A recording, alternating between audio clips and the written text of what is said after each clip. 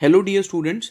पिछली क्लास में बेटा हमने इस चैप्टर के एंडोमेम्ब्रेनस सिस्टम तक कंप्लीट कर लिया था, जिसमें लास्ट ऑर्गेनल हमने पढ़ी थी वैक्यूल और उसके कुछ एमसीक्यूज किए थे। आज के क्लास के अंदर बेटा हम 3 ऑर्गेनल्स कंप्लीट करेंगे जो कि बहुत ही इंपॉर्टेंट है क्योंकि इन पे क्वेश्चन भी आते हैं। माइटोकॉन्ड्रिया, क्लोरोप्लास्ट और राइबोसोम, ये तीनों ऑर्गेनल्स आज हम खत्म करेंगे और एंड में कुछ एमसीक्यूज डिस्कस करेंगे। अगर मैं माइटोकॉन्ड्रिया की बात करूं बेटा, तो ये बात सब जानते हैं कि माइटोकॉन्ड्रिया को power house of the cell बोला जाता है। Now the power house of the cell बोला क्यों जाता है इसको? क्योंकि माइटोकॉन्ड्रिया के अंदर बेटा एनर्जी करेंसी बनती है विच इज एटीपी। तो एटीपी सिंथेसिस का फंक्शन कौन करता है आपके सेल के अंदर? माइटोकॉन्ड्रिया। ठीक है, अगर मैं माइटोकॉन्ड्रिया की बात करूं बेटा, तो ये जो आपको डायग्राम यहाँ पे दिख रहा है, ये जो आपको पिक्चर दिख रही है, this is electron micrograph of mitochondria. ये माइटोकॉन्ड्रिया का इलेक्ट्रॉन माइक्रोग्राफ है। What is the meaning of electron micrograph? Electron micrograph बेटा इलेक्ट्रॉन माइक्रोस्कोप से खींची गई इमेज को बोलते हैं। तो अगर आपको किसी भी ऑर्गेनल के अंदर के स्ट्रक्चर को पढ़ना है या सेल के किसी पार्ट को पढ़ना है, तो उसके लिए आपको इलेक्ट्रॉन माइक्रोस्कोप की जरूरत पड़ती है। उसके अंदर आपका नॉर्मल जो लाइट माइक्रोस्कोप या कंपाउंड माइक्रोस्कोप होता है वो यूज़ नहीं हो सकता है, क्योंकि आपको बहुत डेप्थ में डिटेल समझनी है चीज़ों की। उसके लिए हम यूज़ करते हैं इलेक्ट्रॉन माइक्रोस्कोप। ये बात आपको याद रखनी है, ठीक है, क्योंकि कभी कभी यहाँ से भी क्वेश्चन आता है। और इलेक्ट्रॉन माइक्रोस्कोप की बेटा जो इमेज आती है वो ब्लैक एंड वाइट आती है। तो माइटोकॉन्ड्रिया की इमेज कुछ ऐसे आई। अब इस ये इमेज से हम क्या इंटरप्रेट कर सकते हैं चीज़ें, वो समझने की कोशिश करते हैं। बेटा जब भी हम माइटोकॉन्ड्रिया के स्ट्रक्चर की बात करते हैं तो माइटोकॉन्ड्रिया अलग अलग शेप और अलग अलग स्ट्रक्चर्स का हमको दिख सकता है, लेकिन जो मोस्ट कॉमन स्ट्रक्चर होता है माइटोकॉन्ड्रिया का, दैट इज सॉसेज शेप। ठीक है, या ओवल शेप का माइटोकॉन्ड्रिया आपको दिखेगा। यहाँ पे भी आपको सॉसेज शेप का माइटोकॉन्ड्रिया दिख रहा है। और कौन कौन सी शेप होती हैं मैं नेक्स्ट स्लाइड पे आपको ये चीज़ डिस्कस करूंगा। अगर माइटोकॉन्ड्रिया की बात करें बेटा, तो माइटोकॉन्ड्रिया में डबल मेम्ब्रेन प्रेजेंट होती है। एक तो आपको बाहर ये मेम्ब्रेन दिख रही है, एक माइटोकॉन्ड्रिया के अंदर मेम्ब्रेन दिखती है। ये जो अंदर वाली मेम्ब्रेन है ना बेटा माइटोकॉन्ड्रिया के, ये अंदर वाली मेम्ब्रेन माइटोकॉन्ड्रिया के अंदर के स्पेस को, मतलब जो भी माइटोकॉन्ड्रिया में अंदर स्पेस भरा हुआ है, उसको दो पार्ट्स में डिवाइड कर देती है। ठीक है, दो पार्ट्स में इसने क्या किया? डिवाइड कर दिया। तो मैं अभी पहले अंदर की मेम्ब्रेन पूरी की पूरी बना दूं आपके सामने, तो आपको चीज़ें अच्छे से क्लियर हो जाएंगी कि मैं क्या कहने की कोशिश कर रहा हूँ। तो पहली बात तो बेटा मैंने सबसे पहले बाहर वाली मेम्ब्रेन बनाई, इसको लिख सकते हैं आउटर माइटोकॉन्ड्रियल मेम्ब्रेन, OMM। जो अंदर वाली बनाई वो मैंने क्या बनाई? Inner mitochondrial membrane, IMM। इन दोनों में से कौन सी लेयर है जो कि एक्चुअल में जो कि स्मूथ नहीं है? ठीक है, जिसके ऊपर इन फोल्डिंग्स प्रेजेंट है, इन वेजिनेशंस प्रेजेंट है, that is inner mitochondrial membrane. Right, तो इनर माइटोकॉन्ड्रियल मेम्ब्रेन के ऊपर इनवेजिनेशंस प्रेजेंट है, फिंगर लाइक स्ट्रक्चर्स प्रेजेंट है, जो कि कर क्या रहे हैं? जो कि अंदर की तरफ धंसे हुए हैं। ठीक है, दूसरी बात बेटा, ये जो आउटर माइटोकॉन्ड्रियल मेम्ब्रेन के अंदर जितना भी स्पेस था, इनर माइटोकॉन्ड्रियल मेम्ब्रेन ने क्या किया? उस स्पेस को दो पार्ट्स में बांट दिया। ठीक है, दो पार्ट्स में, एक तो बीच वाला पार्ट और एक बाहर वाला पार्ट। ये जो बाहर वाला पार्ट बना, ये दो मेम्ब्रेन के बीच का स्पेस बन गया, इसलिए इस पार्ट को बोलते हैं हम इंटर मेम्ब्रेन स्पेस। ठीक है, इंटर मेम्ब्रेन स्पेस। और इस स्पेस का बहुत इंपॉर्टेंट रोल होता है बेटा जब आप रेस्पिरेशन पढ़ोगे, एटीपी सिंथेसिस पढ़ोगे। प्लांट फिजियो में बहुत जल्दी करने वाले हैं हम वो। तो प्लांट फिजियो में जब आप एटीपी सिंथेसिस पढ़ोगे तो स्पेस का अपने आप में एक बहुत इंपॉर्टेंट रोल है, वो आप देखोगे। इसके अलावा बेटा ये जो बीच में आपके पास जितना स्पेस बच गया, ठीक है, ये जो स्पेस बच गया, इस स्पेस को बोला जाता है मैट्रिक्स। मैट्रिक्स। तो इसका मतलब इनर माइटोकॉन्ड्रियल मेम्ब्रेन ने माइटोकॉन्ड्रिया के अंदर के ल्यूमेन को, अंदर के स्पेस को दो कंपार्टमेंट्स में बांट दिया। एक तो सबसे अंदर वाला compartment which is called as matrix, जो कि फ्लूइड होता है नेचर के अंदर, और एक बाहर वाला कंपार्टमेंट जो कि दो मेम्ब्रेन के बीच का स्पेस आ गया, जिसको बोलते हैं इंटर मेम्ब्रेन स्पेस। ठीक है, उसके अलावा जो अंदर वाली मेम्ब्रेन होती है वो अंदर की तरफ मुड़ी होती है। ठीक है बेटा, जो मैट्रिक्स है ना, इसके अंदर और क्या क्या प्रेजेंट है वो देखना बहुत जरूरी है।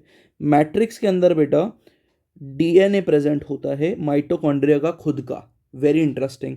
तो माइटोकॉन्ड्रिया के पास अपना खुद का एक सर्कुलर डीएनए प्रेजेंट है, और साथ में माइटोकॉन्ड्रिया के पास बेटा अपने खुद के पार्टिकल्स प्रेजेंट हैं जो कि प्रोटीन फैक्ट्री कहलाते हैं। इन पार्टिकल्स को बोला जाता है क्या? राइबोसोम। बहुत इंटरेस्टिंग।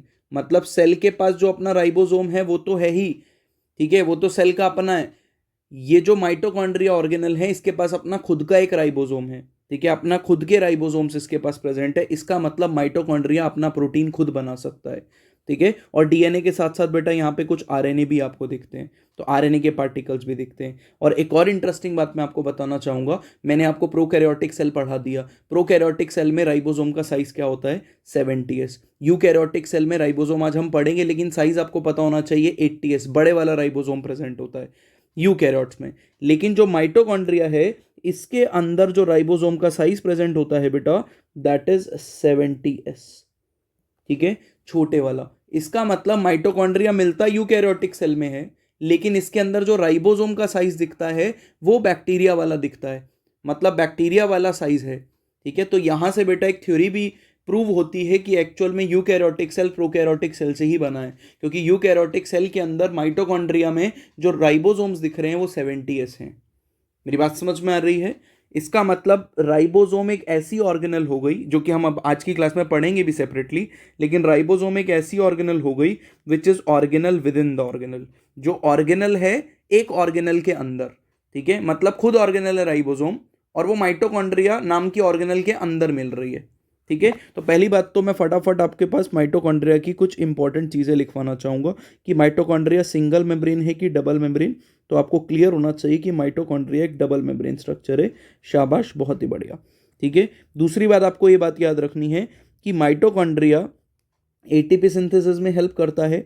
तीसरी बात आपको याद रखनी है, माइटोकॉन्ड्रिया सेमी ऑटोनॉमस है। सेमी ऑटोनॉमस, सेमी ऑटोनॉमस मतलब बेटा कि ये वैसे तो सेल के अंदर ही मिलेगा, इसकी इंडिपेंडेंट अलग से एग्जिस्टेंस नहीं है, लेकिन ये सेल के अंदर रहकर भी अपना प्रोटीन खुद बनाता है। इसके पास अपना set of DNA and ribosome है। So what is the meaning of semi autonomous, कि इसके पास अपना सेट ऑफ डीएनए है और अपना इसके पास क्या प्रेजेंट है, राइबोसोम। राइबोसोम बहुत ही इंपॉर्टेंट है। सेमी ऑटोनॉमस आपकी एनसीईआरटी में मेंशन नहीं है, लेकिन आपको यहाँ पर एक सिंपलेस्ट डायग्राम मैंने बना के दिखा दिया कि अगर स्कूल एग्जाम में आएगा तो ऐसा डायग्राम बना देना, और नीट में आएगा तो आप याद कर ही लोगे। मैंने क्या बोला कि माइटोकॉन्ड्रिया के अंदर का जो ल्यूमन है उसको इनर माइटोकॉन्ड्रियल मेम्ब्रेन कितने पार्ट्स में डिवाइड कर देती है, 2 पार्ट, मैट्रिक्स और इंटर मेम्ब्रेन स्पेस। ठीक है, मेम्ब्रेन के बीच का स्पेस। इसके अलावा बेटा ये जो आपको इनफोल्डिंग दिख रही है प्लाज्मा मेम्ब्रेन की, ये जो फिंगर लाइक स्ट्रक्चर्स दिख रहे हैं, इनका भी नाम होता है, इनका नाम होता है क्रिस्टा। ठीक है, क्या नाम है, क्रिस्टा, याद रखना है आपको। तो जो क्रिस्टा है ये क्या है, these are the infoldings of the inner membrane of mitochondria. ऐसा ही एक सेम स्ट्रक्चर आपने बेटा गोल्जी एपरेटस में भी पढ़ा था, सिस्टर्ने, याद रखना वो सिस्टर्ने था, गोल्जी एपरेटस के स्टैक्स थे। यहाँ पे क्रिस्टा आ गया। क्रिस्टा बेटा इनफोल्डिंग है, तो बताओ ये इनफोल्डिंग का फंक्शन क्या होगा, सर ये सरफेस एरिया इंक्रीज करेंगे। सरफेस एरिया क्यों चाहिए होता है, क्योंकि बेटा इनके ऊपर वो एंजाइम्स प्रेजेंट होते हैं, वो प्रोटीन्स प्रेजेंट हैं, जो कि एक्चुअल में क्या करते हैं, आपके एटीपी सिंथेसिस में हेल्प करते हैं, और इन प्रोटीन्स को मिला के बोला जाता है एटीपी सिंथेस। ये चीज़ आपकी एनसीईआरटी में इस चैप्टर में मेंशन नहीं है, लेकिन आपको ये बहुत ज़्यादा यूज होगी कब, जब आप पढ़ोगे आपका रेस्पिरेशन। ठीक है, रेस्पिरेशन इन प्लांट्स की माइटोकॉन्ड्रिया एटीपी कैसे बनाते हैं। तो अगर मैं आपसे पूछूं एटीपी सिंथेसिस की एक्चुअल प्रोसेस, कि एटीपी सिंथेस कहाँ पे प्रेजेंट है और एटीपी सिंथेसिस कहाँ पे होता है, तो आप बोलोगे इनर माइटोकॉन्ड्रियल मेम्ब्रेन। ठीक है, इनर माइटोकॉन्ड्रियल मेम्ब्रेन। दूसरा, इसका सरफेस एरिया ज़्यादा इसलिए क्योंकि इसको एंजाइम्स चाहिए, प्रोटीन के कॉम्प्लेक्सेस होते हैं, इसके पास प्रोटीन प्रेजेंट है जो एटीपी सिंथेसिस में मदद करता है। ठीक है, तो अगर मैं आपसे इन जनरल एक क्वेश्चन पूछूं कि माइटोकॉन्ड्रिया की आउटर मेम्ब्रेन और इनर मेम्ब्रेन में से किसके पास प्रोटीन का अमाउंट ज़्यादा है, तो answer will be inner mitochondrial membrane के पास प्रोटीन का अमाउंट ज़्यादा है। ठीक है, वेरी इंपॉर्टेंट। तो आपको ये बात समझनी है क्रिस्टा का काम क्या है, ये एनसीईआरटी में मेंशन नहीं है, तो इसको याद रखने का प्रेशर नहीं लेना। जो जो चीज़ें एनसीईआरटी में मेंशन है वो मैं अगले पेज के ऊपर आपको या अगली स्लाइड पे समझा रहा हूँ। बाकी ये वाला डायग्राम भी इलेक्ट्रॉन माइक्रोस्कोप का, इलेक्ट्रॉन माइक्रोग्राफ दिया नहीं है एनसीईआरटी में। ठीक है, बट इन जनरल ऐसा दिखता है बेटा इमेज किसका, माइटोकॉन्ड्रिया का। अब क्या क्या चीज़ें हैं एनसीईआरटी में वो यहाँ पर मेंशन कर दी, एक एक पॉइंट निकाल के एनसीईआरटी का यहाँ पे मेंशन कर दिया, तो आपको टेंशन लेने की बिल्कुल जरूरत नहीं है। ठीक है, आप एनसीईआरटी नहीं भी पढ़ोगे, यहाँ से आपने अपने नोट्स कंप्लीट कर लिए, सब कुछ कंप्लीट हो गया, लेकिन फिर भी मैं आपको सजेस्ट करूंगा कि एनसीईआरटी पेंसिल लेके रीड करने की आदत आपको नहीं छोड़नी है। ठीक है, क्योंकि अगर किसी भी साल पेपर लेंदी बन गया तो आपको रीड करने में और चीज़ों को ग्रास्प करने में, समझने में दिक्कत ना आए, इस वजह से मैं बोलूँगा कि पेंसिल लेके रीड जरूर करना, समझ में आपको आएगा, ये बात मेरी गारंटी है मेरा लेक्चर देखने के बाद।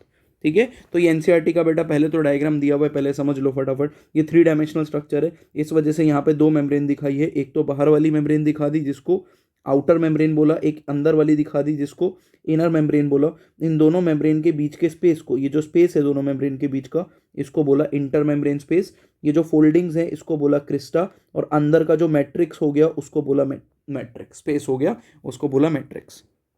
ठीक है, अब आपकी एनसीईआरटी क्या क्या पॉइंट लिखती है, मैंने एक एक स्टेटमेंट को आपके सामने यहाँ पे प्रेजेंट कर दिया कि विजिबिलिटी कैसी होती है। आप माइक्रोस्कोप में देखने की कोशिश करोगे अगर माइटोकॉन्ड्रिया को, तो उसकी विजिबिलिटी कैसी है, it is not easily visible under microscope unless specifically stained. जब तक आप इसको स्टेन नहीं करोगे, कलर नहीं करोगे, तब तक बहुत आसानी से दिखता नहीं है ये। ठीक है, point number 1 and very important point. दूसरा बेटा, नंबर पर सेल, आपको कितने माइटोकॉन्ड्रिया एक सेल में दिख सकते हैं, तो varying depending upon physiological activity. वो कह रहा है कि माइटोकॉन्ड्रिया का नंबर हर एक सेल में अलग अलग हो सकता है डिपेंडिंग अपॉन कि फिजियोलॉजिकल कितना काम कर रहा है। तो कॉमन सेंस की बात हो गई, वो सेल जो कि ज़्यादा फंक्शन परफॉर्म करेगा उसको माइटोकॉन्ड्रिया भी ज़्यादा चाहिए, वो सेल जो कि कम फंक्शन परफॉर्म करेगा, कम एनर्जी यूज़ कर रहा है, उसको माइटोकॉन्ड्रिया भी कम चाहिए होंगे। तो कोई ऐसा फिक्स नंबर नहीं है जो कि सारे सेल में इतने ही माइटोकॉन्ड्रिया मिलते हैं, नहीं, सारे सेल में सेम नंबर ऑफ माइटोकॉन्ड्रिया नहीं मिलेंगे। The number of mitochondria depends upon the physiological activity, याद रखना है कितना काम कर रहा है। शेप और साइज की बात करेंगे तो टिपिकली सॉसेज शेप का होता है, जिसको सिलेंड्रिकल भी बोल सकते हो आप। ठीक है, डायमीटर की बात करें तो कैसा होता है बेटा, 0.2 से 1 माइक्रोमीटर तक, एवरेज 0.5 हो गया।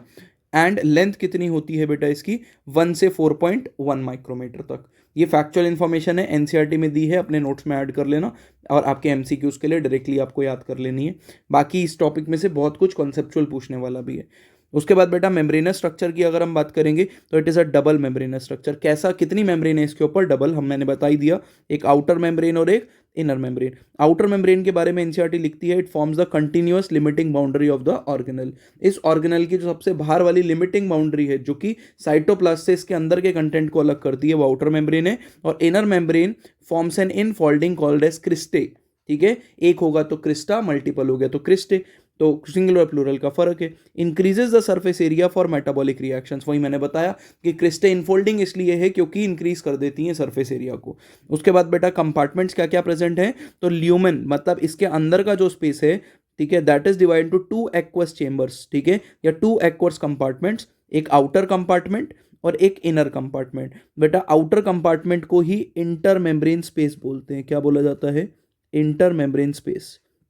और जो इनर कंपार्टमेंट है that is filled with dense homogenous substance called as matrix. तो मैट्रिक्स की तारीफें करी हुई है, ध्यान सुनना, मैट्रिक्स डेंस होता है, होमोजेनस होता है। ठीक है, और ये अंदर है, मतलब अंदर मैट्रिक्स और बाहर वाला कंपार्टमेंट क्या हो गया आपका, इंटर मेम्ब्रेन स्पेस। ठीक है, उसके बाद बेटा क्रिस्टे की तारीफ क्या करी है, और infoldings of the inner membrane that increase the surface area for metabolic reactions. तो ये तो हमने पहले भी पढ़ लिया। एंजाइम की बात करें तो both membrane contain specific enzymes, दोनों मेम्ब्रेन के पास एंजाइम होंगे, बाहर वाले के पास अलग होंगे, अंदर वाले के पास अलग होंगे, लेकिन ज़्यादा एटीपी सिंथेसिस में जो रोल प्ले कर रहे हैं ज़्यादा। ठीक है, डायरेक्ट एटीपी सिंथेस कहाँ पे प्रेजेंट है, बाहर में कि अंदर वाली में, अंदर वाली में एंजाइम ज़्यादा प्रेजेंट है।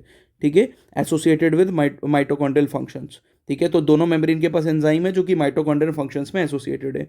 अगर मैं फंक्शन की बात करूँ तो साइट ऑफ एरोबिक रेस्पिरेशन, ये तो हम जानते ही हैं कि एरोबिक रेस्पिरेशन कहाँ पे होती है बेटा, यहीं पे माइटोकॉन्ड्रिया में, इसलिए इसको पावर हाउस बोला जाता है।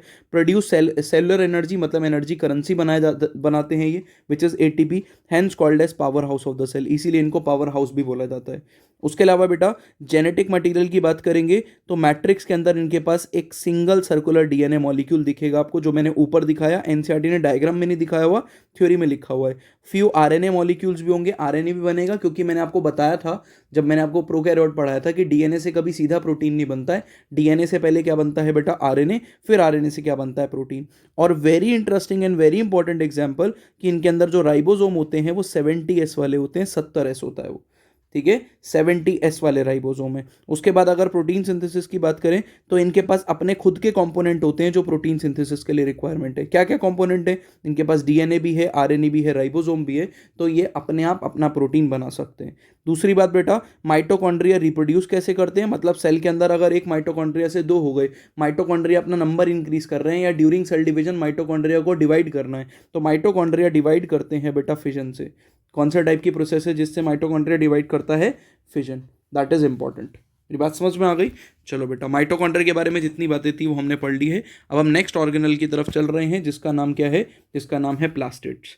बेटा प्लास्टिड्स एक ऐसी ऑर्गेनल है जो बहुत ज़्यादा मैच करती है माइटोकॉन्ड्रिया से कुछ फीचर्स में। जैसे कि जब भी हम प्लास्टिड्स की बात करते हैं तो प्लास्टिड्स भी डबल मेम्ब्रेनस होती है।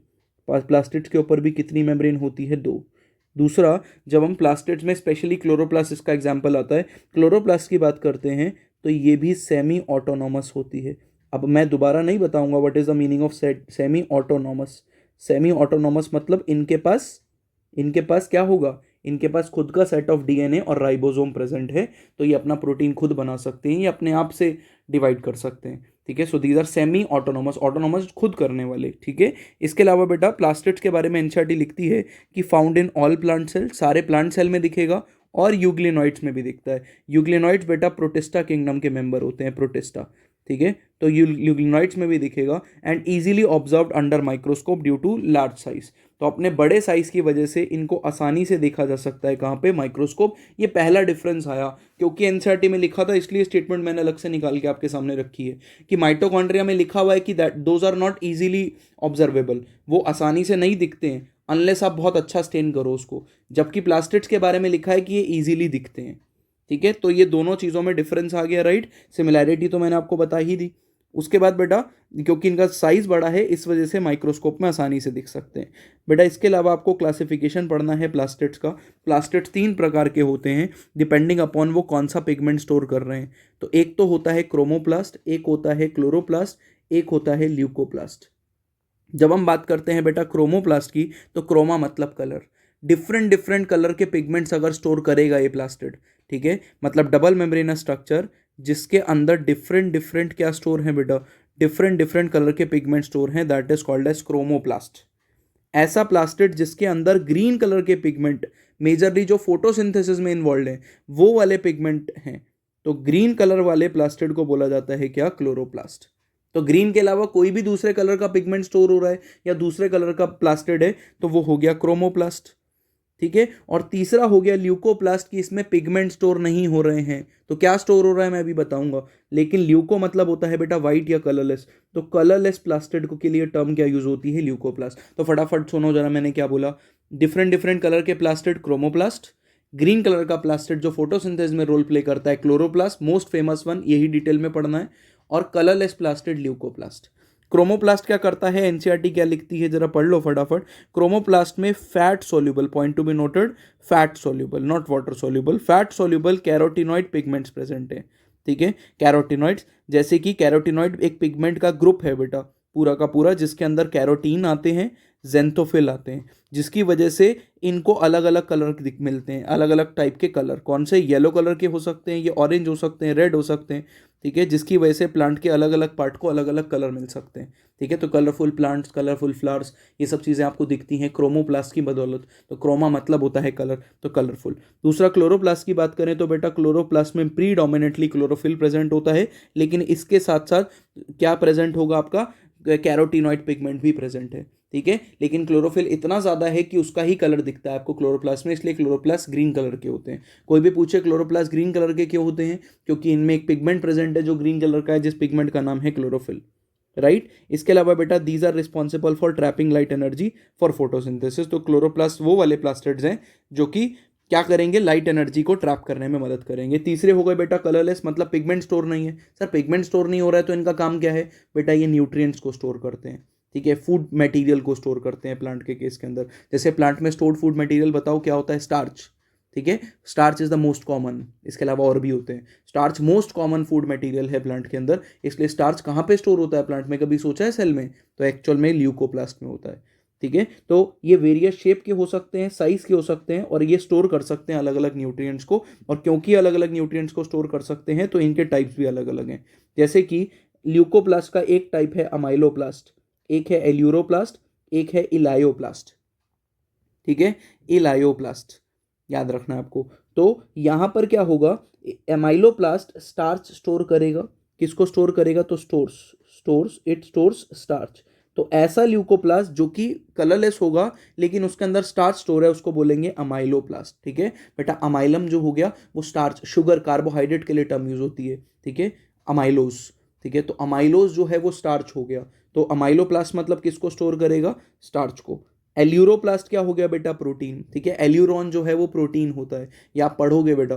ठीक है, कि एल्यूरोन जो है वो एक प्रोटीन रिच कवरिंग होती है। जब मैंने आपको सीट पढ़ाया था मॉर्फोलॉजी में, इनफैक्ट मैं आपको बता चुका हूँ, जब मैंने आपको मोनोकॉट सीट पढ़ाया था, अगर आपने वो नोट्स पूरे कंप्लीट किए हैं तो बहुत ही बढ़िया, शाबाश। नहीं कंप्लीट किए हैं तो जाके मॉर्फोलॉजी देखो बेटा, बहुत ही इंपॉर्टेंट टॉपिक है। मॉर्फोलॉजी की बात करूं तो मॉर्फोलॉजी में मैंने वहाँ पे आपको प्रोटीन रिच लेयर पढ़ाई थी, एल्यूरॉन लेयर। तो एल्यूरॉन वहाँ पे बताया था कि प्रोटीन के लिए यूज होगा। तो एल्यूरोप्लास्ट ऐसा ल्यूकोप्लास्ट जो किसको स्टोर करेगा, प्रोटीन को। और इलायोप्लास्ट किसको स्टोर करेगा, ऑयल्स एंड फैट्स को। ठीक है, तो मैंने साइड बाय साइड आपके दिमाग में कहानी इसलिए डाली बेटा क्योंकि कंफ्यूजन हो जाती है। यहाँ पे इतना सिंपल टॉपिक भी गलत कराते हैं, हम -1 ले आते हैं उसके अंदर, जबकि +4 होना चाहिए था।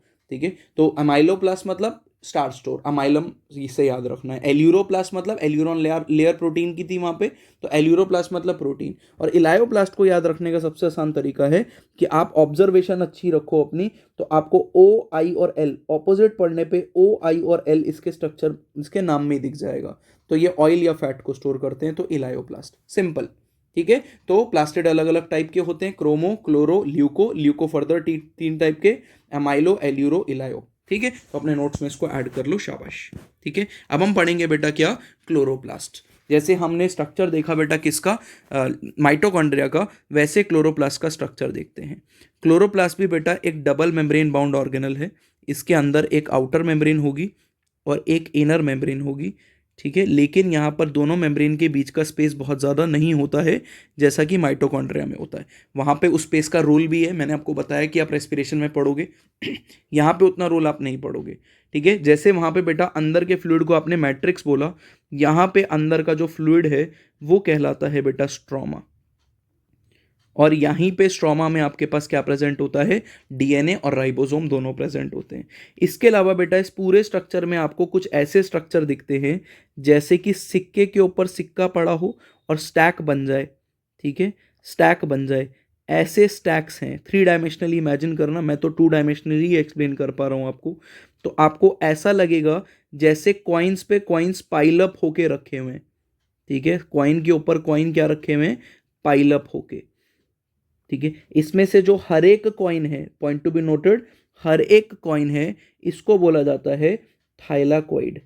क्या बोलते हैं हर एक कॉइन को, थाइलाकॉइड।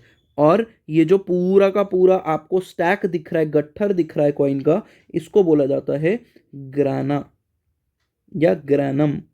ठीक है, एक होगा तो ग्रैनम, प्लूरल होगा तो ग्राना, कंफ्यूज होने वाली बात नहीं है। इसके अलावा बेटा आपको ये जो ग्रैनम दिख रहे हैं जिनके पास थाइलाकॉइड्स हैं, ये एक थाइलाकॉइड, 2 थाइलाकॉइड, 3, 4 थाइलाकॉइड का बना हुआ यहाँ पे जो आपको ग्रैनम दिख रहा है, ये ग्रैनम्स आपस में भी कनेक्टेड हैं। ठीक है, ट्यूब लाइक स्ट्रक्चर के थ्रू। और ये इसी ट्यूब लाइक स्ट्रक्चर के थ्रू बेटा मेम्ब्रेन से भी कनेक्टेड है। ठीक है, और ये जो ट्यूब लाइक स्ट्रक्चर आपको दिख रहा है, this tube like structure is called as stroma lamellae. क्या बोलते हैं इसको, स्ट्रोमा लेमेले। ठीक है, स्ट्रोमा लेमेले। तो स्ट्रोमा लेमेले क्या हो गया, these are the tube like structure जो इन गट्ठर को, मतलब पूरे ग्रैनम को आपस में कनेक्ट करके रखता है। ठीक है, अगर आप मेरे से पूछोगे कि सर क्लोरोप्लास्ट में क्लोरोफिल कहाँ पर है, तो मैं बोलूंगा बेटा थाइलाकॉइड में। ठीक है, बट ये स्ट्रक्चर फिर से रिवाइज करो कि क्लोरोप्लास्ट में 2 मेम्ब्रेन है, बाहर वाली और अंदर वाली। अंदर के स्पेस को स्ट्रोमा बोला जाता है। इसके अलावा बेटा ये जो आपको स्टैक्स दिख रहे हैं, इन स्टैक्स को ग्रैनम बोला जाएगा। इस ग्रैनम के हर एक स्ट्रक्चर को, ठीक है, जिन कॉइन लाइक स्ट्रक्चर्स को मिला के पूरा गट्ठर बना है ग्रैनम, हर एक स्ट्रक्चर को बोलेंगे थाइलाकॉइड। और अब मैं थाइलाकॉइड को आपको दिखा रहा हूँ क्योंकि एक्चुअल में जो क्लोरोफिल नाम का पिगमेंट है वो थाइलाकॉइड में मिलता है। तो लेट से मैंने एक थाइलाकॉइड पकड़ा और उसको काटा, तो थाइलाकॉइड को काटते ही आपको पता चलेगा थाइलाकॉइड के अंदर के खाली स्पेस को बोलते हैं ल्यूमेन। क्या बोलेंगे? ल्यूमेन। और जो ग्रीन कलर का या पिगमेंट्स प्रेजेंट होंगे वो इस थाइलाकॉइड की मेम्ब्रेन पे प्रेजेंट होते हैं, झुंड में, मतलब ग्रुप्स में प्रेजेंट है। तो एक्चुअल में जो पिगमेंट्स प्रेजेंट हैं फोटोसिंथेसिस के लिए क्लोरोफिल जैसे, वो थाइलाकॉइड की मेम्ब्रेन में प्रेजेंट है। अंदर के स्पेस को क्या बोलते हैं? थाइलाकॉइड में ल्यूमेन। लेकिन पिगमेंट्स कहाँ पे प्रेजेंट है? थाइलाकॉइड की मेम्ब्रेन में प्रेजेंट है। तो अगर मैं आपसे पूछूं कि लाइट रिएक्शन, फोटोसिंथेसिस के दौरान लाइट रिएक्शन कहाँ पे होती है? लाइट रिएक्शन बोले तो जिसके अंदर लाइट एनर्जी यूज हो। तो लाइट एनर्जी को कौन एब्जॉर्ब करता है? तो हम छोटी क्लास से जानते हैं, क्लोरोफिल। तो अभी मैंने बताया कि क्लोरोफिल नाम के पिगमेंट्स या बाकी पिगमेंट्स थाइलाकॉइड की मेम्ब्रेन पे प्रेजेंट होते हैं। तो मैं आपसे पूछूं लाइट रिएक्शन कहाँ पे होती है, तो यार आंसर शुड बी थाइलाकॉइड में। और थाइलाकॉइड में कहाँ पे? मेम्ब्रेन ऑफ थाइलाकॉइड पे। ठीक है, ये चीज़ एनसीईआरटी यहाँ पे इस चैप्टर में नहीं लिखती है, बट ये कॉन्सेप्ट है, समझ आता है, इसलिए मैं बता रहा हूँ। तो लाइट रिएक्शन का जो साइट हो गया वो हो गया क्या? थाइलाकॉइड। इतनी बात आपको समझ में आ रही है होपफुली? ठीक है, तो ये मैंने आपको क्या पढ़ाया बेटा? ये मैंने आपको स्ट्रक्चर पढ़ा दिया किसका? क्लोरोप्लास्ट का। अब एनसीईआरटी जो स्ट्रक्चर देती है वो स्ट्रक्चर भी आप देख लो। एनसीईआरटी आउटर मेम्ब्रेन दिखाती है बाहर वाली, अंदर वाली को इनर मेम्ब्रेन दिखाती है, और ये खोल के काट के दिखाया हुआ एक पिज्जा, सॉरी, एक केक के स्लाइस की तरह काट दिया। उसके अलावा बेटा आपको ये पूरा का पूरा जो गट्ठर दिख रहा है उसका नाम हो गया ग्रानम। हर एक कॉइन का नाम हो गया, कॉइन लाइक स्ट्रक्चर जो हर एक कॉइन का नाम हो गया थाइलाकॉइड। और ये जो ट्यूब लाइक स्ट्रक्चर है जिन्होंने इन कॉइन्स को आपस में कनेक्ट कर रखा है वो हो गया स्ट्रोमल लेमेले। मैंने 2D स्ट्रक्चर बनाया था, आप एग्जाम में वही बना पाओगे। ठीक है, और अंदर जो फ्लूइड स्पेस है, खाली स्पेस है, उसको क्या बोलेंगे? That is stroma. समझ में आ गई बात? अब मैं कुछ बात कर लेता हूँ बेटा, जो आपकी एनसीईआरटी फैक्चुअल इन्फॉर्मेशन और इंपॉर्टेंट बातें बताती है वो शेप और साइज के बारे में। तो क्लोरोप्लास्ट की शेप अलग अलग हो सकती है। ये लेंथ शेप के हो सकते हैं, ओवल हो सकते हैं, स्फेरिकल हो सकते हैं, डिस्कॉइड मतलब डिस्क शेप के हो सकते हैं, रिबन जैसे हो सकते हैं। इनकी लेंथ की बात करें तो 5 से 10 माइक्रोमीटर होती है, और विड्थ की बात करें तो 2 से 4 माइक्रोमीटर होती है। नंबर पर सेल की अगर मैं बात करूं तो बेटा अलग अलग नंबर्स हो सकते हैं, वैसे ही जैसे माइटोकॉन्ड्रिया अलग अलग नंबर में होते हैं। लेकिन एनसीईआरटी ने यहाँ पे कुछ एग्जांपल दिए हैं। जैसे अगर आप एक ग्रीन एल्गे की बात करो, क्लामाइडोमोनास की, तो ये यूनिसेलुलर एल्गे है। इसके अंदर एक सेल में सिर्फ एक क्लोरोप्लास्ट दिखता है, वो भी कप शेप का होता है। एनसीईआरटी में लिखा नहीं है बट मैं फिर भी बता देता हूँ कि कप शेप का माइटोकॉन्ड्रिया होता है क्लामाइडोमोनास में, और एक होता है। जबकि अगर मैं नॉर्मल प्लांट के मीजोफिल सेल्स की बात करूं, अगर मीजोफिल सेल्स नहीं पता तो मैं आपको रिकमेंड करूंगा कि जाकर आप एनाटमी वाला चैप्टर पढ़ो, लीव्स। बेटा लीव में वो सेल जो फोटोसिंथेसिस करते हैं, जो ग्रीन कलर के होते हैं, उन सेल्स को बोला जाता है मीजोफिल। तो मीजोफिल के अंदर भर भर के प्रेजेंट होते हैं क्या? आपके क्या, सॉरी, क्लोरोप्लास्ट। तो क्लोरोप्लास्ट कितने हो सकते हैं मीजोफिल सेल्स में? 20 से 40%। ठीक है, उसके बाद बेटा स्ट्रक्चर डबल मेम्ब्रेन होता है, हमको ऑलरेडी पता है, 2 मेम्ब्रेन, आउटर और इनर। इनर की बात करें तो एनसीईआरटी एक फैक्ट लिखती है जो कि एमसीक्यूज में पूछा जाता है, तो याद रखना है आपको कि जो इनर मेम्ब्रेन है बेटा, this is less permeable compare to outer membrane. Inner membrane कम परमिएबल है, ये मॉलिक्यूल्स को अपने थ्रू उतनी आसानी से पास होने नहीं देती है जितनी आसानी से आउटर मेम्ब्रेन पास होने देती है। ये फैक्चुअल है, एनसीईआरटी में लिखा है, याद रखना है। ठीक है, कौन सी वाली लेस परमिएबल है? Inner membrane is less permeable compare to outer membrane, याद रखना है। इंटरनल स्ट्रक्चर की बात करें तो इनमें stroma, thylakoid, grana, thylakoid, intergranal thylakoid दिखते हैं, और क्या दिखेंगे आपको यहाँ पे? Stromal lamellae. ठीक है, उसके बाद बेटा क्या बोल रहा है आपको? स्ट्रोमा। स्ट्रोमा ऐसा स्पेस है, it is a space limited by inner membrane. ठीक है, इनर मेम्ब्रेन से बेटा ये स्पेस लिमिटेड है, contain enzyme needed for the synthesis of carbohydrate and protein. ठीक है, इस स्पेस के अंदर, स्ट्रोमा के अंदर वो एंजाइम्स प्रेजेंट होते हैं जो कि कार्बोहाइड्रेट और प्रोटीन बनाने में हेल्प करेंगे। ग्लूकोज एक कार्बोहाइड्रेट ही है बेटा, भूलना नहीं है आपको। तो ये अपना सेट ऑफ प्रोटीन भी बनाते हैं क्योंकि इनके पास राइबोसोम भी है। अगर मैं थाइलाकॉइड की बात करूं तो it is a flatten membranous sac within the stroma. तो स्ट्रोमा में मिलने वाले बेटा सैक लाइक स्ट्रक्चर है, ये फ्लैटनड है, जिसको मैंने सिक्का या कॉइन जैसा स्ट्रक्चर बोला, इसको ये बोलते हैं फ्लैटनड सैक। ठीक है, अरेंज इन स्टैक्स, पूरे झुंड में प्रेजेंट होते हैं, जिसको हम बोलेंगे ग्राना, और सिंगल होगा तो ग्रैनम बोलते हैं। वही मैंने बताया कि सिंगुलर और प्लूरल का फर्क है। ग्राना की अगर बात करें तो ग्राना is a stack of thylakoid resemble the pile of coins. ठीक है, जो कॉइन का गट्ठर होता है पूरा का पूरा, बिल्कुल वैसा दिखेगा ये। उसके बाद बेटा intergranal thylakoid, thylakoid connecting the grana. ठीक है, ऐसे थाइलाकॉइड बेटा जो ग्राना को कनेक्ट करते हैं, दैट इज इंटरग्रानल। ठीक है, याद रखना है आपको। तो मल्टीपल मतलब ये इंटरग्रानल थाइलाकॉइड हो गए। नेक्स्ट क्या हो गया आपका? वही थाइलाकॉइड ही है। अगर आप चाहो तो इस वाले पॉइंट को स्किप भी कर सकते हो, इतना इंपॉर्टेंट पॉइंट नहीं है, बट थाइलाकॉइड ही है ये। कंफ्यूज नहीं होना। उसके बाद स्ट्रोमल लैमेले, स्ट्रोमल लैमेले बेटा क्या होता है, flatten membranes tube like structure होते हैं, ठीक है, जो कि थाइलाकॉइड्स को आपस में क्या करते हैं, कनेक्ट करते हैं। तो थाइलाकॉइड्स को या ग्रैनम को आपस में कनेक्ट करने वाली ट्यूब लाइक स्ट्रक्चर क्या कहलाती है, स्ट्रोमल लैमेले। उसके बाद बेटा ल्यूमेन हो गया, ल्यूमेन इज द स्पेस जो कि थाइलाकॉइड की मेम्ब्रेन से कवर्ड होगा। मतलब जब आप थाइलाकॉइड काटोगे, थाइलाकॉइड आपने काटा, जो मैंने आपको काट के दिखाया, तो उसके अंदर का खाली स्पेस का क्या लिखा था मैंने, ल्यूमेन, ठीक है। तो lumen is the space inside the thylakoid, ठीक है, जो कि उसकी मेम्ब्रेन से बाउंड होता है, थाइलाकॉइड की मेम्ब्रेन से कवर्ड है। नेक्स्ट बेटा क्लोरोफिल पिगमेंट, क्लोरोफिल पिगमेंट क्या है, present with in the thylakoid, thylakoid के अंदर ही प्रेजेंट है, और वो भी कहाँ पर बेटा, थाइलाकॉइड की मेम्ब्रेन में, मेम्ब्रेन ऑफ थाइलाकॉइड, ठीक है। And essential for photosynthesis, obviously बात है, पिगमेंट नहीं होंगे तो फोटोसिंथेसिस कैसे होगी भाई। जेनेटिक मटेरियल की बात करें तो बेटा स्ट्रोमा में प्रेजेंट होगा जेनेटिक मटेरियल, स्मॉल होगा, डबल सैनेड होगा एंड सर्कुलर होगा, बिल्कुल माइटोकॉन्ड्रिया वाली फील आ रही है। और राइबोसोम भी होगा, और राइबोसोम भी कौन से वाला होगा, ठीक है, 70s, जबकि साइटोप्लाज्म में कौन सा होता है, 80s। यूकैरियोटिक सेल के साइटोप्लाज्म में तो 80s होता है, लेकिन माइटोकॉन्ड्रिया और क्लोरोप्लास्ट के अंदर 70s होता है। मेरी बात समझ में आ रही है, this is very interesting and important. तो आपने बेटा क्लोरोप्लास्ट भी पढ़ लिया, आपने माइटोकॉन्ड्रिया भी पढ़ लिया, दोनों का स्ट्रक्चर भी मैंने आपको बना के दिखा दिया कि स्कूल लेवल पे आ रहा है तो वहाँ भी कंप्लीट हो गया, और आपके नीट लेवल पे आ रहा है तो वो भी कंप्लीट हो गया। आपको दोनों बातें याद रखनी है। बाकी इस टॉपिक को दोबारा उठाने वाला हूँ मैं जब आपकी प्लांट फिजियोलॉजी डिस्कस करूंगा, उसमें जब रेस्पिरेशन पढ़ाऊंगा तो माइटोकॉन्ड्रिया दोबारा उठाऊंगा और डिटेल में पढ़ेंगे, क्योंकि तब मैं आपको एंजाइम्स भी पढ़ाऊंगा, ठीक है, कि F0 F1 पार्टिकल, अभी मैं नाम नहीं लूंगा, आपको डराना नहीं चाह रहा हूँ, लेकिन उसके अंदर बहुत ही इंटरेस्टिंग बातें हैं, क्योंकि जिसका मतलब जहाँ पे बनता है वो वहीं पे समझ में आएगा। मैं आपको यहाँ पर बिना बात के अगर एंजाइम पढ़ा दूंगा जबकि फंक्शन यहाँ पर नहीं है, तो आपको ऐसा लगेगा कि माइटोकॉन्ड्रिया अपने आप में एक महाभारत है, बहुत बड़ी कहानी है, जबकि ऐसा नहीं है। स्टेप वाइज चीज़ों को करते चलोगे तो चीज़ें बहुत आसान लगती हैं। हमको सिर्फ क्या करना है बेटा, एनसीईआरटी को उठाकर आपको एक अलाइंड वे के अंदर दे देना है। आपका काम है, जैसे मैं आपको अलाइन करके टॉपिक्स देता जा रहा हूँ बस वैसे पढ़ते जाओ। एट द एंड एक पॉइंट भी नहीं बचेगा आपकी एनसीईआरटी का तो छोड़ो, कहीं का भी एक पॉइंट नहीं बचेगा जो कि आपके इस साल नीट में आने वाला है, ठीक है। तो इस साल नीट में आने वाले सारे टॉपिक्स, सारे पॉइंट्स, सारे फैक्ट्स कवर हो जाने वाले हैं। बस आपको पढ़ते रहना है बिना किसी चीज़ के को सोचे, ठीक है। चलो आगे देखो, राइबोसोम बेटा लास्ट ऑर्गेनल है और बहुत छोटा है, ज़्यादा एक्सप्लेन करने की जरूरत नहीं पड़ेगी, क्योंकि मैं बहुत कुछ ऑलरेडी राइबोसोम के बारे में पिछले लेक्चर्स में डिस्कस कर चुका हूँ। प्रोकैरियोटिक राइबोसोम जब डिस्कस किया था तब भी, कि राइबोसोम एक ऐसी ऑर्गेनल है जिसके पास कोई मेम्ब्रेन नहीं होती है, सो नो मेम्ब्रेन या मेम्ब्रेन एब्सेंट, पॉइंट नंबर 1।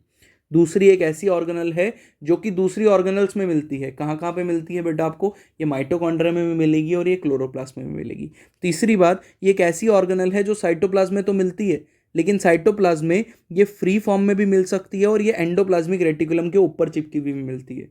ये वही ऑर्गेनल है जिसकी वजह से क्या होता है, एंडोप्लाज्मिक रेटिकुलम को रफ बोला जाता है, और ये एब्सेंट होगी तो एंडोप्लाज्मिक रेटिकुलम को स्मूथ बोला जाता है। याद आ रही है पिछली क्लास, इसलिए बस आपको बता दे रहा हूँ क्योंकि पढ़ा हुआ है आपने ऑलरेडी पिछली क्लासेस में। दूसरी बात बेटा, राइबोसोम बने किस चीज़ के होते हैं, तो राइबोसोम दो चीज़ों को मिला के बने होते हैं। एक तो राइबोसोम बेटा प्रोटीन के बने होते हैं, और दूसरा राइबोसोम आरएनए के बने होते हैं। मतलब ये ऐसे स्ट्रक्चर्स हैं जो प्रोटीन और आरएनए को मिला के बनते हैं, और इनको बोला भी प्रोटीन फैक्ट्री जाता है। क्यों? क्योंकि ये प्रोटीन बनाते हैं फैक्ट्री, तो प्रोटीन फैक्ट्री है और बने भी प्रोटीन और आरएनए के, याद रखना है। और कौन से वाला आरएनए है जो बनाता है बेटा इसको, आरआरएनए। आर की फुल फॉर्म होती है राइबोसोमल आरएनए, बहुत सिंपल है। ऐसा आरएनए मॉलिक्यूल जिसने राइबोसोम बनाया उसको आरआरएनए बोल दो, सिंपल एज दैट, ठीक है। बाकी राइबोसोम में बेटा दो सब यूनिट होती हैं, एक लार्ज सब यूनिट और एक स्मॉल सब यूनिट। चेक करो, लार्ज और स्मॉल सब यूनिट ये दोनों जब चिपकती हैं आपस में तो ओवरलैपिंग होती है बेटा, याद रखना है, ओवरलैपिंग होती है। इसलिए अगर मैं बात करूं राइबोसोम की तो इसका ओवरऑल जो डेंसिटी है, या मैं कहना चाहूँगा ओवरऑल जो साइज है वो डिक्रीज हो जाएगा। आप मैथ्स नहीं लगा सकते हो, आप एडिटिविटी नहीं लगा सकते हो, एडिशन नहीं लगाओगे कि इसका साइज प्लस इसका साइज इक्वल्स टू, आप जब ये दोनों जुड़ जाएंगे तो उसके साइज के बराबर आना चाहिए। Answer is no. क्यों? क्योंकि ये दोनों ओवरलैप भी होते हैं, ठीक है। इसलिए ओवरऑल साइज क्या हो जाता है यहाँ पे, थोड़ा सा डिक्रीज हो जाता है, ठीक है। अब एक बारी पढ़ते हैं एनसीईआरटी क्या क्या लिखती है। It was first observed bye an electron microscope तो मैं बता ही चुका हूँ, इतने छोटे पार्टिकल हैं तो नॉर्मल कंपाउंड माइक्रोस्कोप तो चलेगा नहीं। इलेक्ट्रॉन माइक्रोस्कोप ये डेंस पार्टिकल होते हैं जिनको ढूंढा जॉर्ज पैलेट ने, तो इसलिए इनको पैलेट पार्टिकल्स भी बोला जाता है। 1953 में ढूंढा, फैक्ट है, याद रखना है। इनकी कॉम्पोजिशन की बात करूँ तो ये आरएनए के बने होते हैं, मतलब राइबोन्यूक्लिक एसिड के बने हैं और प्रोटीन के बने हैं। ठीक है, they are not surrounded by any membrane, ये किसी भी मेम्ब्रेन से सराउंडेड नहीं होते हैं, वो भी मैंने आपको बता दिया। टाइप ऑफ राइबोसोम यूकैरियोट्स में एक तो यूकैरियोटिक राइबोसोम और प्रोकैरियोट्स में प्रोकैरियोटिक राइबोसोम।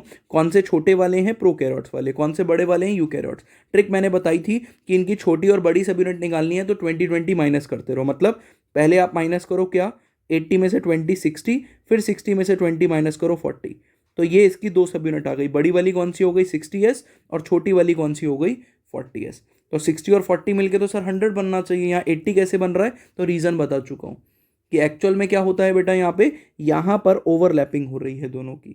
ठीक है, तो इसीलिए ओवरऑल साइज जो है वो आपको डिक्रीज होता हुआ दिखता है। इंपॉर्टेंट, तो 60s प्लस 40s मिलके 80s बनते हैं, याद रखना है। ट्रिक बता दी, 80s याद रखो, 20-20 माइनस करते रहो, अपने आप आ जाएगा। सिमिलरली अगर आपको 70s वाले की निकालनी है तो इसकी भी ट्रिक मैं आपको पहले ही बता चुका हूँ कि 70 में से 20 माइनस करो सेम 50s, और 50 में से 20 माइनस करो 30s, दोनों यूनिट आ गई। ये बड़ी सब यूनिट और एक छोटी सब यूनिट। ठीक है, सवाल ये है बेटा कि सर एस का मतलब क्या होता है?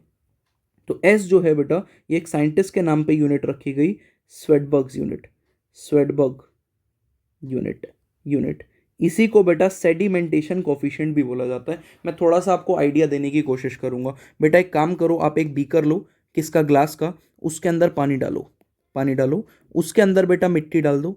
अब आप क्या करो, इसको स्टर करो, हिलाओ चम्मच से। आपको क्या लगता है ये मिट्टी हमेशा के लिए घुली रहेगी या थोड़ी देर के बाद नीचे बैठ जाएगी?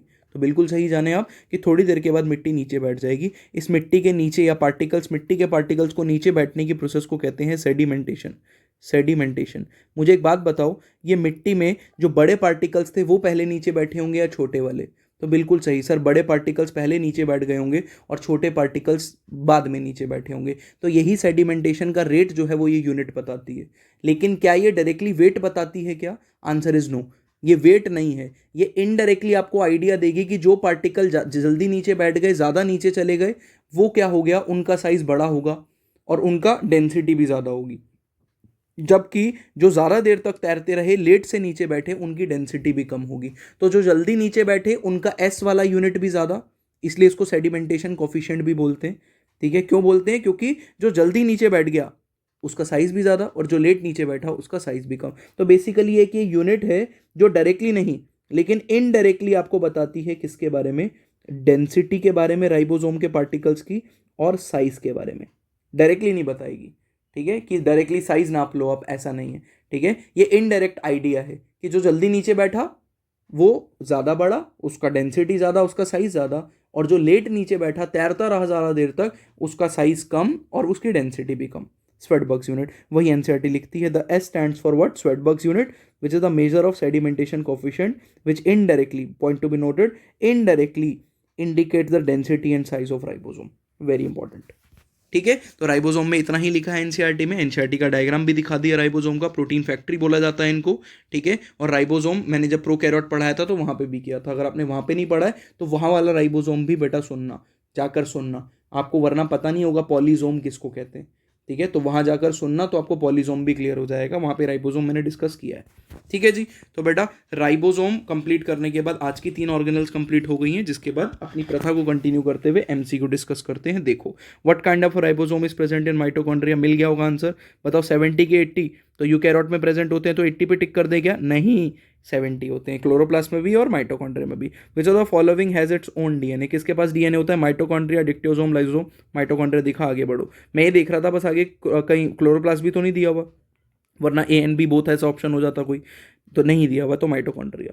उसके बाद कह रहा है सिलेक्ट द इनकरेक्ट स्टेटमेंट, गलत बताना है क्या है। The chloroplast containing chlorophyll and carotenoid pigment, बिल्कुल सच है। क्लोरोप्लास्ट में क्लोरोफिल भी होते हैं और कैरोटिनॉइड पिगमेंट भी होते हैं, ऊपर जाके थ्योरी पढ़ो आपको समझ में आएगा, वहाँ पे क्लियरली लिखा है मैंने।